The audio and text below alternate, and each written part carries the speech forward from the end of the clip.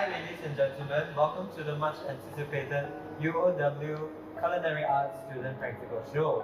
We are your hosts for today. My name is Johan, My name is Alex, your co-host.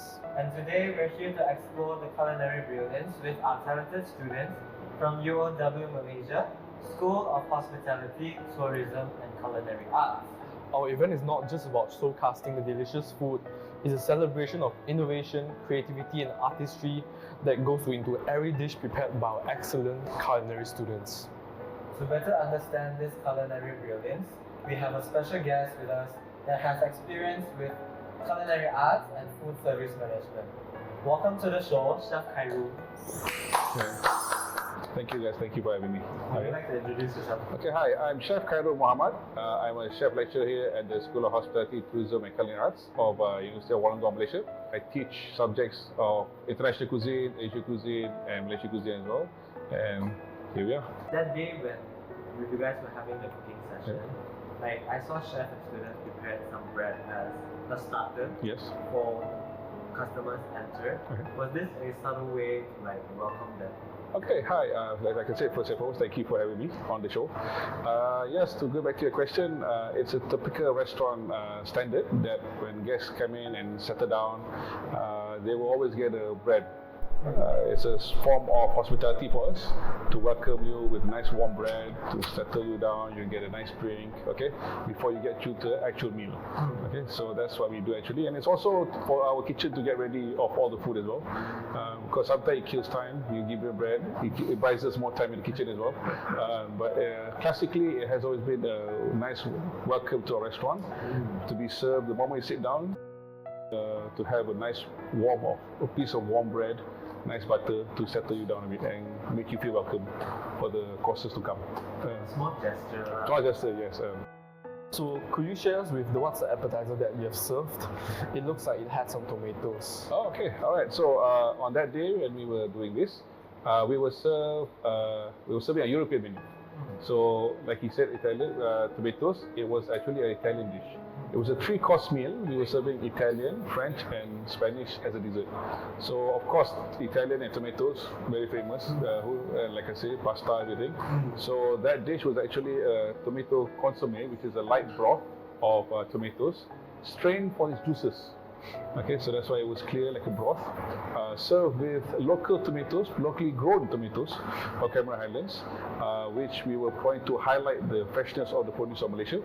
But even though we're doing Italian dish, we're using our local ingredients to highlight the quality and the freshness of our ingredients. So that's why when you saw it, it looks like tomatoes, very clear, very simple, because we want to highlight the ingredients. We don't want to be masking it with flavors, herbs. We don't want to cover it. We want to highlight it. Hence why the lightness of the dish. Highlight the freshness. Yes, correct. Interesting. Yeah. And for the main dish, Yeah. we've noticed like there was a unique technique we used Okay. to fry the duck meat. Okay. Could you elaborate more on what the actual process was like and what it's for? Okay. The dish was a French dish, traditionally called cassoulet. It's from the southern part of France. What you saw was good observation. It was actually rendering of a smoked duck breast. Let me explain. Usually cassoulet is made with pork. Okay, so obviously for obvious reasons we have to make it halal. So the next best thing to pork is actually we wanted the fat. So something that's similar to it was duck. So we actually took a whole duck, we smoked the breast, we make bones, the bones we make stock. So what you saw that day was us rendering the fat, which means it's just a culinary term of melting the fat, because we were actually making a bean stew. Beans are bland, so that fat actually gives it more flavor. That's why you saw it. Because if you don't render it, if you're just boiling fat, nobody likes to eat chewy fat. So what you saw that day was we were rendering it to mimic bacon. Like everybody knows, we make bacon crispy because of the fat, nice, you know. So same thing we did with the duck as well. So that's what you saw that day. Oh boy, you're making me hungry, you know. As for the sauce for the dish, right, how was it created? Okay, so if I'm explaining nicely, then so that's why you're hungry. The sauce is actually very simple. It's actually a stew. So like I said earlier, it was a bean stew. We all know beans are bland. So a sauce was created by adding the stock from the duck bones that we did earlier, As all you know, that when you boil beans, it has starch coming out. The starch actually emulsifies with the fat. Emulsifies just is a fancy word for coming together. Okay, it creates a nice silky sauce from the starch and also the stock. That was a dish. So it's like a stew. So the sauce is actually part of the stew, which is the stock, the starch, and the fat, creating they call it emulsification, okay, like a stock. So that's why it has a very nice, rich, silky taste to it. So it's actually, that's why it's like magic almost. Starting from just beans, fat, and boiling, you get a very beautiful sauce. Yep. So like the beans and also the fat kind of complement each other. Oh, definitely, because it's like baked beans. Not everybody likes baked beans because it's very one note, just tomato. So beans or any kind of starch absorbs flavor. Same for potato as well. So if it's beans, like in this dish, we had to add duck, we had to add some herbs. I think there was some stock as well. Okay, those are all going to be absorbed by the beans. The more you put inside, the more the beans are going to make flavor. So that's what it is. If not, it's going to be bland. True. Okay. And then halfway through the preparation process, we noticed like there was a last minute change Oh, up yes. where the duck meat was switched to lamb meat for a customer. Yes. So we wondered like, do you actually like usually get like special requests from customers? Okay. All right. So that is true. That did happen, and it's good that you guys saw it. Actually, before I give you the answer, I just explained that most people forget that this is a training restaurant. It's a college. But when you come here, you always think it's a full-fledged restaurant. So sometimes people have dietary requirements, so on and so forth. But since this was a last-minute request from a parent, okay, we always try to entertain your parents. Like I said, because your parent pays your fees. Okay. If it was a regular customer, we usually don't entertain the request because the reason is I have to focus on you cooking the duck. So you can't be suddenly cooking lamb. So I will usually do the lamb of a special request, like you said, because it was a parent. So to answer your question, we do it specifically just for parents because of dietary requirements. So they couldn't be able to eat duck. We changed it to lamb. So to answer the question, we don't do it often unless it's a special request in advance. Only for parents. Okay. Nice to hear. So for the dessert, right, moving on to the dessert, it looks similar to a dish called creme brulee. Correct. So what's the ingredient that was used to create such a beautiful dish? Okay, it's correct. It's a good observation. So like I said earlier in the interview, that our menu is Italian, French, and Spanish. Those are the foundation of Western cuisine, basically. So even though it's a Spanish dish, it has similar traits to creme brulee because it came from creme brulee. And so the difference between the Spanish one is that it has infusion of orange, because Spain is a big exporter of orange. They produce a lot of oranges, so we try to infuse that inside there. And also creme brulee is brulee, which is burnt sugar, to get a nice crust, a sugar texture. But for Spain, it's a bit more burnt because the bitterness is actually a flavor profile that they're looking for, because the burnt orange is a nice combination. So very minimal differences in terms of flavor. In terms of technique, creme brulee is in a ramekin, like most people know. Crema catalana is cooked separately.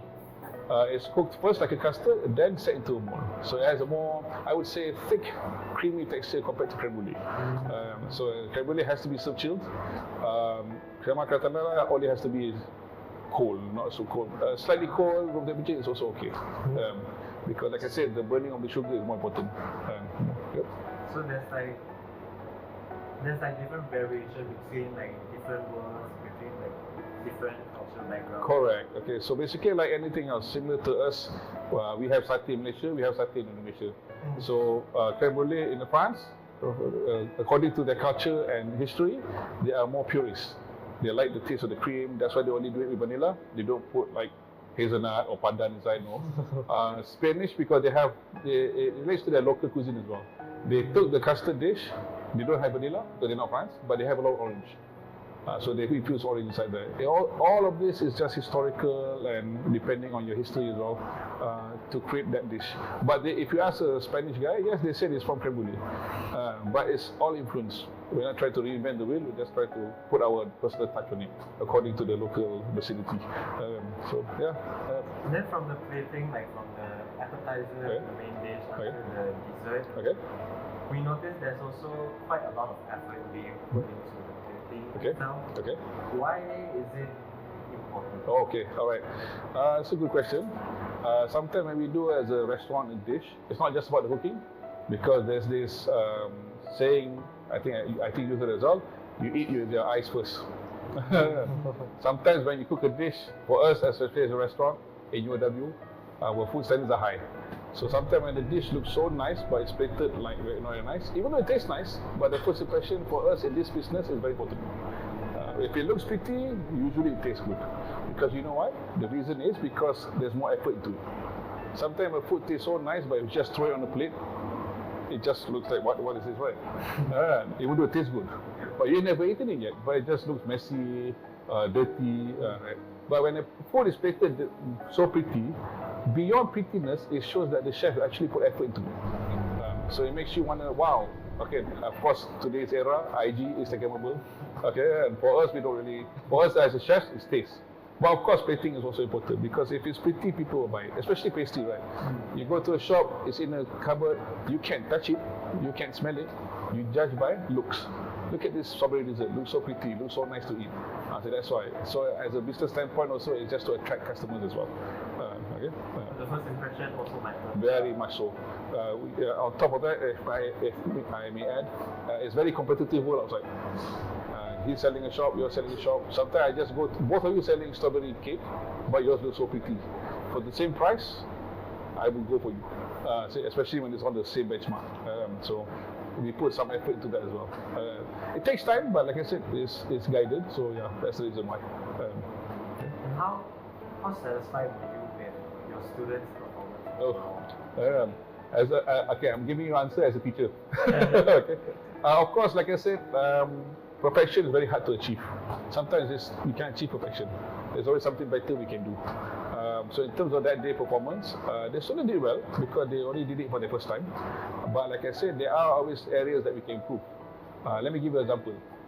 We usually judge a dish, marks, satisfaction based on customer. So there were 20 customers that day, 19 were very happy, 1 was not happy. Okay, but in general, 19 over 1, of course, meaning is good. You cannot satisfy everybody. But when we saw the issue, it wasn't about taste. It's about inconsistency. So this strawberry was bigger than that. So the customers complaining, oh, my friend got bigger strawberry and I got less strawberry. So it's not about the taste as much. It's more plating. So so for me, I do give marks based on technique, but I'm happy that the food came out as what it should be. The customers ate it. It was edible, safe. Just nitpicking here and there. The strawberry. Sometimes I would like to share with you guys. Sometimes people complain about the plate. The dessert was nice, but the plate is not nice. So like sometimes I said, it's the industry. So customers' satisfaction is very right. So you can't make everybody happy. But for today's standpoint, yes, happy for what they performed that night. Yeah. Thank you so much, Chef Khairul, for these insights into the world of culinary arts and guiding our talented students in our culinary journey. Okay, my pleasure. And there you have it, guys. Stay tuned for more mouth-watering dishes and also culinary wonders right here at UOW Malaysia Culinary Arts Student Practical Show. See you guys next time. Bye. Bye. Thank you.